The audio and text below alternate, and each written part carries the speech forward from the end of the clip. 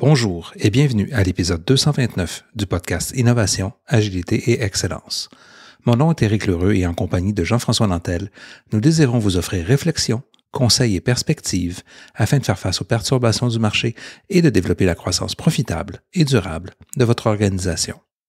Nous profitons de la saison estivale qui est idéale pour revisiter quelques-uns des épisodes clés diffusés au cours des dernières années. Nous retournons explorer l'importance de poser les bonnes questions pour prendre de meilleures décisions stratégiques. Poser les bonnes questions améliore l'alignement et la compréhension, favorise une analyse rigoureuse et conduit à des solutions plus percutantes. Nous abordons des suggestions concrètes pour améliorer la formulation des questions, notamment en clarifiant, en explorant en profondeur et en utilisant des outils tels que les cartes mentales. Les conseils fournis mettent l'accent sur la conscience de ses propres biais, l'écoute active et la volonté de remettre en question les hypothèses.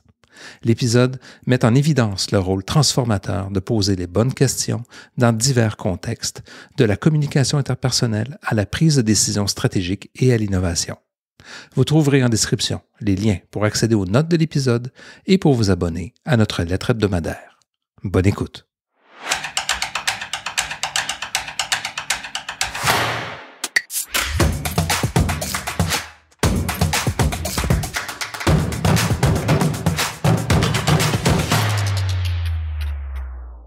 Bonjour Jean-François. Bonjour Éric. Jean-François, j'aimerais commencer par une citation de Pierre-Marc Gaston Lévy, et non de Voltaire, parce que c'est souvent associé à Voltaire, cette citation. « Jugez un homme par ses questions plutôt que par ses réponses. » J'adore. Savoir poser de bonnes questions, ça touche bien évidemment différentes dimensions. Débutons par la dimension personnelle, donc notre lecture, notre compréhension, nos compétences, nos biais même.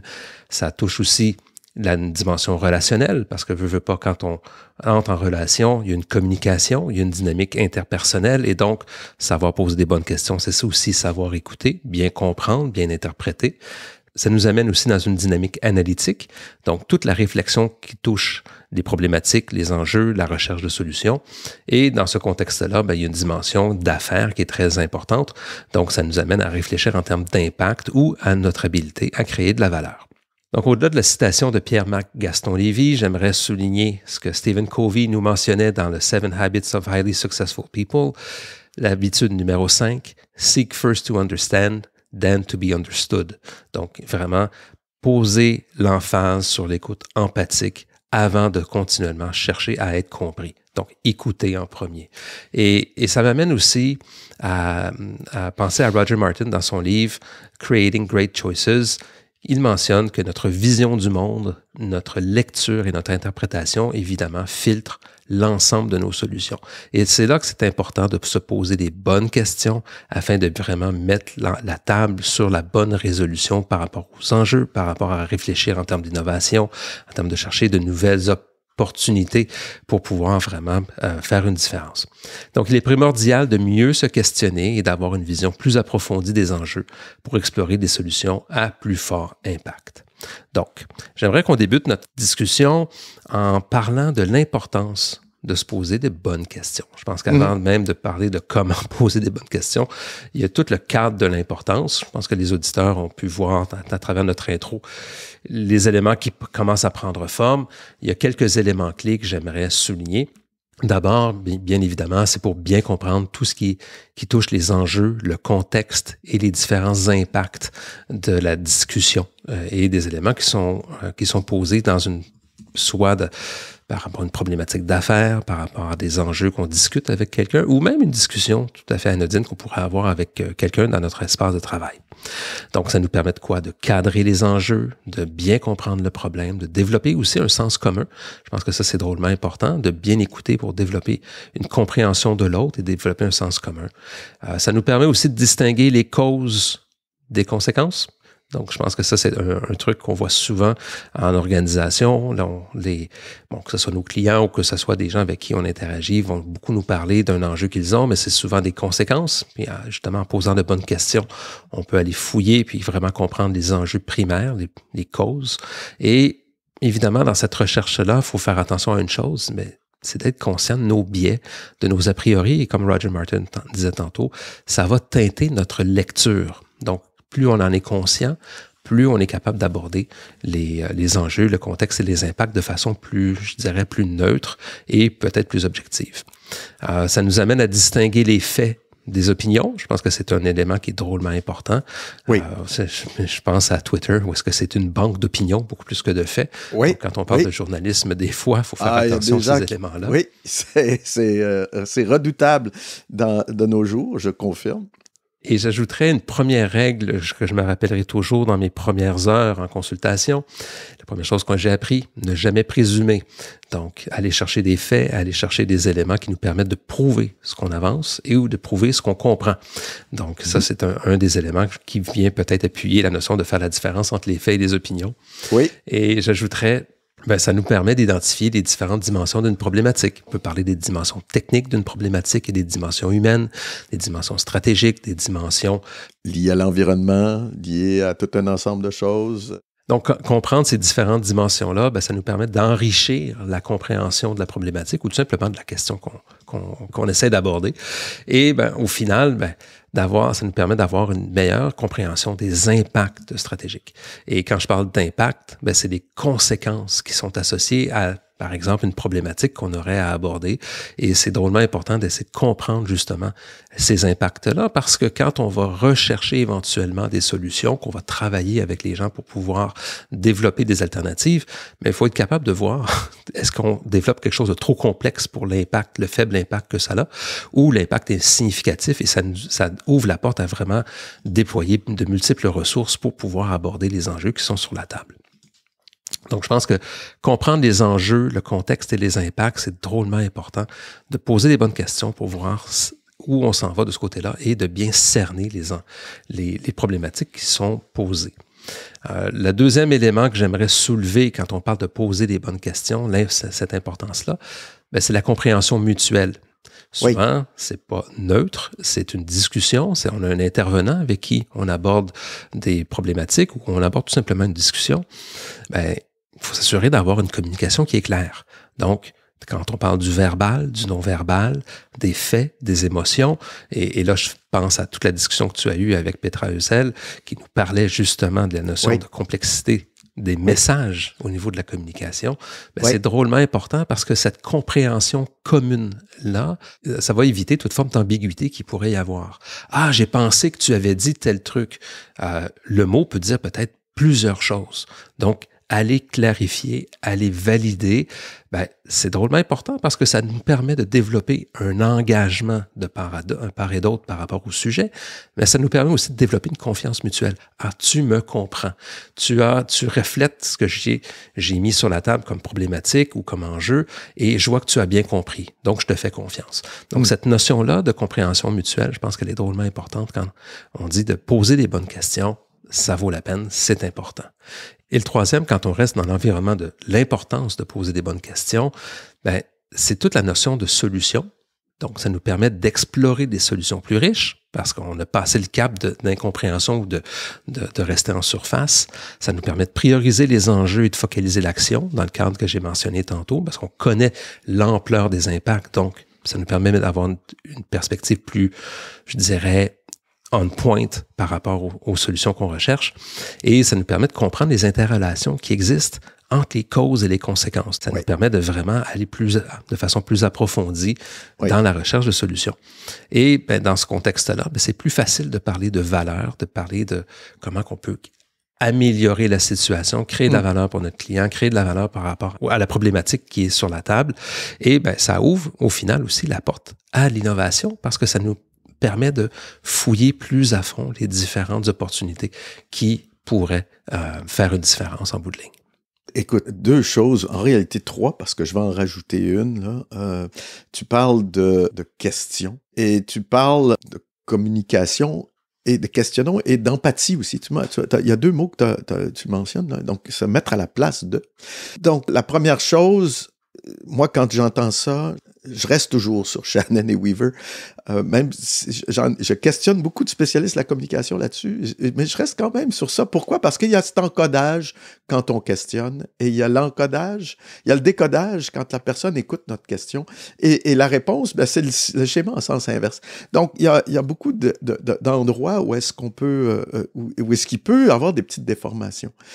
Mais j'aime les définitions, tu le sais, ceux qui nous écoutent le savent. Donc, c'est quoi le mot, la définition du mot question? Hein? Donc, bon, je pense que tout le monde sait ce que c'est. Bon, dès que je vois ça, je vois mot valise. Qu'est-ce que nous dit question? C'est demande qu'on adresse à quelqu'un en vue d'apprendre quelque chose de lui ou elle. Donc, ça ne nous apprend pas nécessairement grand-chose, mais c'est l'étymologie latine qui nous renseigne un peu mieux. Question vient de caestio, qui veut dire recherche, et ce mot-là latin lui-même vient de quaerere, qui veut dire chercher. Donc, en quelque part, question, c'est recherche, c'est chercher. Ça, je trouve ça intéressant. L'autre, empathie, bon, ça veut dire capacité à se représenter ce que l'autre ressent, au sens, entre guillemets, dictionnaire Larousse-Robert du terme. Les racines ne sont pas latines, sont plutôt grecques, donc un peu plus anciens. Je ne pousserai pas, visiblement, le grec prend ça dans le sanskrit. Je ne ferai pas Jacques Chirac, je n'irai pas apprendre le sanskrit juste pour ça. Mais il y a deux mots là-dedans. Il y a le préfixe « m » qui veut dire « en » ou « dans ». Et oui. il y a le mot après qui vient, empathie, qui vient de pathos, qui voudrait dire expérience subie, ou pashko, qui veut dire ressentir, éprouver. Donc, c'est intéressant. Donc, questionnement empathique, tu vois. La troisième définition, c'est le mot enjeu. Enjeu, c'est ce qu'on peut gagner ou perdre dans ce qui se passe ou dans ce qu'on entreprend ou dans ce qu'on fait. Hein, donc, donc il y a une question de gain ou de perte dans ces questions-là quand on parle d'enjeu. Donc, c'est important de voir ça. Le questionnement, ben moi, ça me ramène toujours aussi à aller sur le terrain. Ça veut dire quoi? Ben, tout de suite, c'est Gamble Walk, c'est le lieu où se crée la valeur. Donc, et puis, les Japonais qui ont créé ça, quand on parle du lean, quand on parle de... Enfin bon, grosso modo, ça veut dire quoi? Ça veut dire observer, ça veut dire entrer en empathie avec ceux et celles qui créent la valeur au quotidien. Et ça veut dire aussi de montrer le respect aux détenteurs du savoir-faire. Donc, le questionnement, il y a ces aspects-là aussi qui se cachent derrière ça. Et je pense que c'est particulièrement intéressant de réfléchir à la façon dont on pose des questions pour justement, effectivement, arriver à des solutions qui sont plus pertinentes, plus riches, plus complètes. Ceux qui travaillent avec moi vont voir tout de suite. Moi, j'aime que les gens rêvent un peu, même si c'est rêver en couleur, mais rêvons un peu pour voir un peu ensuite qu'est-ce qui peut être réaliste, qu'est-ce qui peut fonctionner dans notre contexte, dans notre environnement. Et ce que tu nous dis, Jean-François, nous amène à l'importance de savoir aussi comment poser de bonnes questions. Mais là, j'ai quelques suggestions, quelques éléments de réflexion. Évidemment, le premier, c'est de clarifier la question. Est-ce que j'ai bien compris? Est-ce que tu as dit telle chose ou telle chose? Qu'est-ce que tu veux dire par tel élément de ta question? Donc, poser des questions, clarifier la question permet justement de renforcer la compréhension mutuelle que je parlais tout à l'heure. Et ça nous permet de faire ressortir ce qui est connu et sur lesquels on a peut-être moins de maîtrise dans la question. Donc, qu'est-ce qui repose sur des hypothèses ou des opinions ou des « je pense que ». Et ça va nous amener à mieux questionner à fond. Ça va nous permettre d'éclaircir le contexte. Ça va nous permettre de clarifier, comme je viens de le mentionner, de savoir quelles sont les hypothèses, quels sont les a priori, quels sont les faits, quelles sont les différentes perspectives et quels sont même les impacts qui sont sous-jacents à la question ou les éléments qu'on mentionne dans notre question. Donc, poser des bonnes questions, savoir comment les poser, c'est d'approfondir ces éléments-là. Et en bout de ligne, ça nous permet de mesurer un peu plus la problématique. Donc, savoir où sont les faits, c'est quoi les différentes mesures, approfondir ces questions-là. Ça nous permet d'assurer une écoute active. Donc, je pense que c'est important de verbaliser pour montrer à l'autre qu'on comprend bien et de s'assurer que de part et d'autre, on est sur la même longueur d'onde. Et ça nous amène à toute la notion d'empathie. Et là, on a souvent parlé de design thinking, d'entrer en empathie. Quand tu parles d'agilité, d'entrer, c'est la même chose quand on parle de jobs to be done, d'aller fouiller le vécu de nos clients ou des clients de nos clients, dans les entreprises avec qui on travaille, de bien se mettre dans les chaussures pour approfondir cette compréhension-là. Donc, la notion d'empathie, elle débute même au début du premier questionnement quand on parle de problématiques, à titre d'exemple. Tu as parlé tantôt du modèle d'Ishikawa, de cause à effet. Ça nous amène aussi à traiter avec des mind maps pour justement voir les différents embranchements qui peuvent découler de certains éléments de question. Et en bout de ligne, peut-être un autre élément que je pense qui est important. Nous, je dirais, Jean-François et moi, c'est quelque chose qu'on fait souvent dans notre quotidien par le travail qu'on fait avec nos clients, mais c'est pas nécessairement donné à tout le monde. De bien être à l'aise, de poser des questions, d'approfondir et de se sentir confortable à le faire. Et je proposerais de pratiquer et de faire des différents role-play avec un collègue, avec des gens avec qui on est à l'aise, pour déboulonner les vieilles habitudes et développer de nouveaux réflexes. Donc, de pouvoir se sentir plus à l'aise de questionner et de pouvoir faire en sorte que on laisse de l'espace à la discussion. On ne prend pas tout nécessairement sur la phrase, j'allais dire, telle quelle. Et puis je pense le meilleur contexte, c'est souvent quand un supérieur dans un cadre organisationnel il nous pose une question ou nous dit quelque chose à faire, notre premier réflexe, c'est d'aller le faire.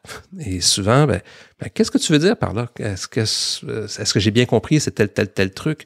Il faut laisser de la place à ces questions-là, parce que souvent même, moi, je vais parler pour moi, et tu renchériras, souvent même quand les clients nous abordent avec certaines problématiques ou certains enjeux, si on ne pose pas les premières questions, on se rend compte que souvent, même nos clients eux-mêmes ont une compréhension qui manque de couleur. Donc, en allant questionner, en allant fouiller un petit peu plus, leur perspective à eux aussi change. Et là, tranquillement, les enjeux deviennent différents.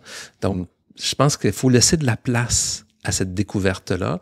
Et c'est pas un signe de faiblesse, au contraire, je pense que c'est un signe de force de pouvoir être à l'aise pour pouvoir l'explorer avec notre interlocuteur. Oui. Quand je t'écoute, quand je regarde les éléments dont tu viens de parler, un des éléments aussi que j'ai vraiment, vraiment adapté très disons la partie récente de ma carrière, c'est l'alternance entre questions ouvertes, questions fermées. D'une manière délibérée aussi, d'une manière consciente. Autrement dit, je le fais pas inconsciemment parce que, entre guillemets, je sais pas ce que je fais ou je pose les questions au fur et à mesure. Non, j'alterne entre questions ouvertes, questions fermées.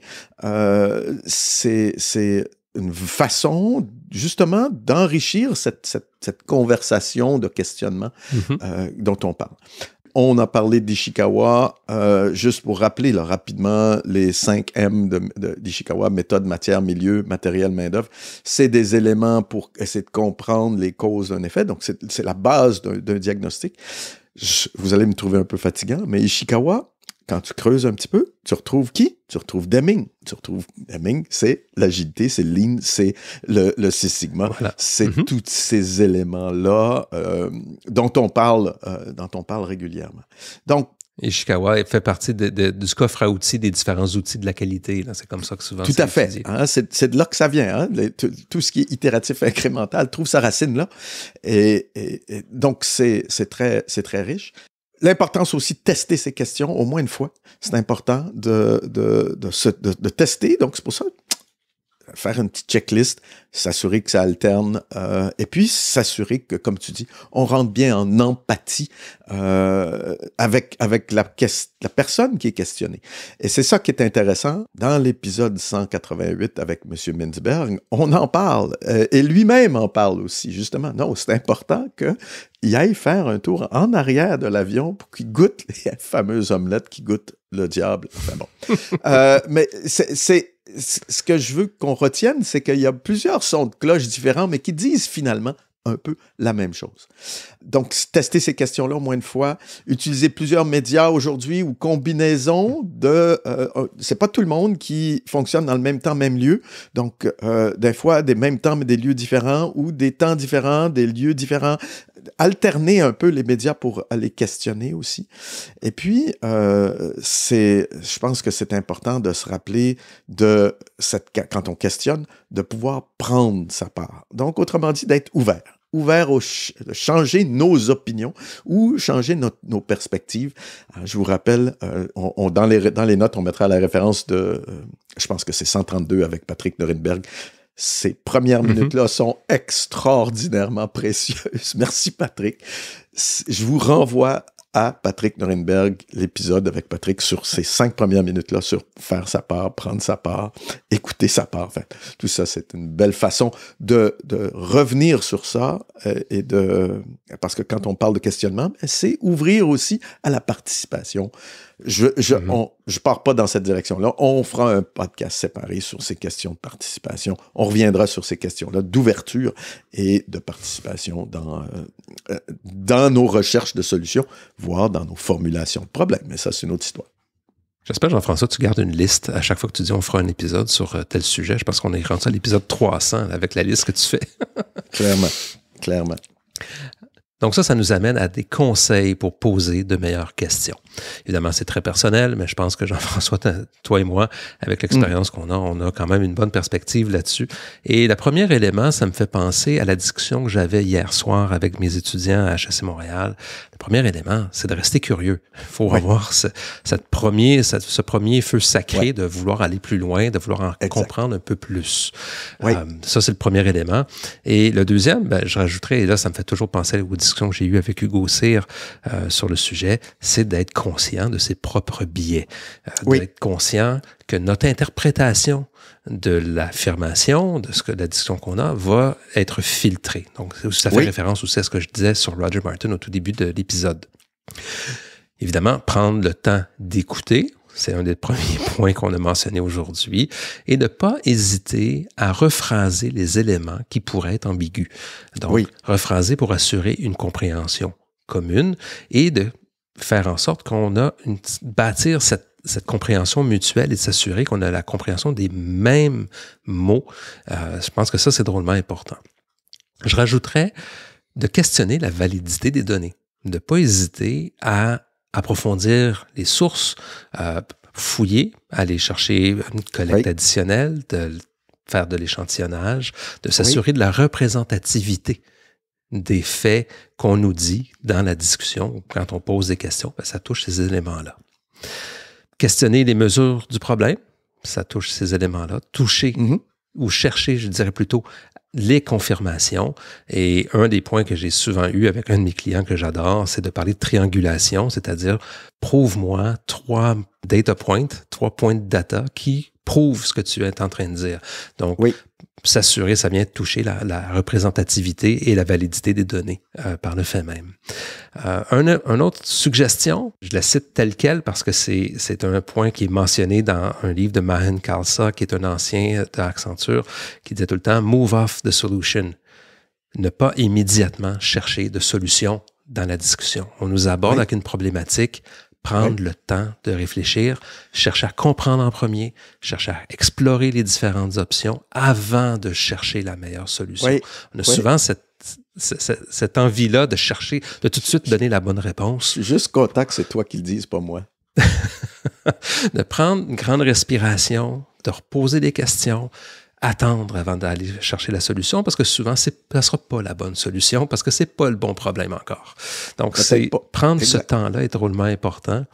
Et ça me fait penser à tout le processus de design thinking, quand on parle d'idéation, de converger, d'explorer, de choisir, toute la notion d'empathie aussi qu'on parlait tout à l'heure.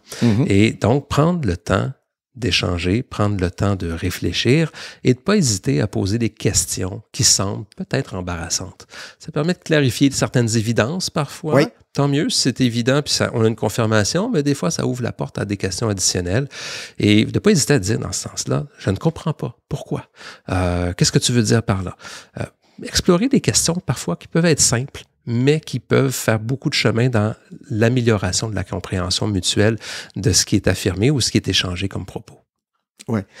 Rephraser, tu disais rephraser. Moi, j'ai dit paraphraser. Hein. C'est un des trucs en négociation, hein, justement. Là. Donc, quand on s'entend, on va juste paraphraser pour s'assurer d'avoir une bonne compréhension mutuelle. Je pense que c'est important.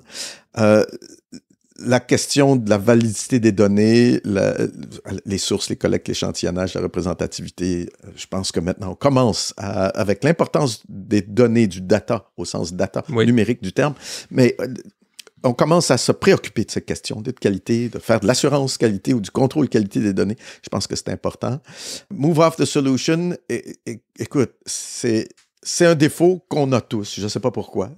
Un jour, tiens, je vais essayer de trouver quelqu'un qui va répondre à cette question-là. Pourquoi est-ce qu'on est toujours sur des solutions?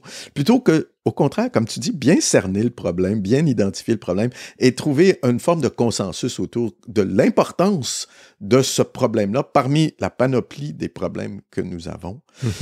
Et puis après ça, il n'y a pas de questions stupides.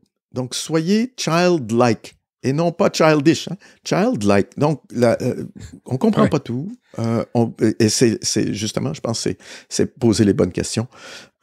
J'en profite pour dire, quand tu as ressorti ton process design thinking, ceux qui trouvent que ça ressemble à Plan, Do, Check, Act, mon Dieu, c'est drôle, hein? Je laisse ça, je dis, fais juste dire ça, c'est encore du Deming, ça? On reviendra sur parce que Plan, Do, Check, Act, ça a évolué, ça aussi, ça vient de Shewhart. Enfin, c'est très vieux. C'est très, très vieux. Mais je pense que ta checklist là, de conseils pour poser des meilleures questions est excellente et est assez complète. La dernière chose sur laquelle moi je veux parler, c'est cette question de billets. Alors, on a tous des billets et le problème avec l'ensemble de ces billets-là, c'est qu'on n'est pas conscient de tous ceux qu'on a. Donc, en réalité, vous avez des billets dont vous êtes conscient et vous avez des billets dont vous n'êtes pas conscient. Donc, en quelque part, sachez que vous êtes biaisé en partant. Et donc, en partant, quand on est biaisé, peut-être que c'est effectivement à 2 ou 3 qu'on va couvrir d'autres aspects qui ne sont, justement, nos blind spots viennent souvent de nos billets. Et puis, j'en découvre encore tous les jours des billets, pas tous les jours, mais régulièrement des billets que j'ai dont je n'étais pas conscient.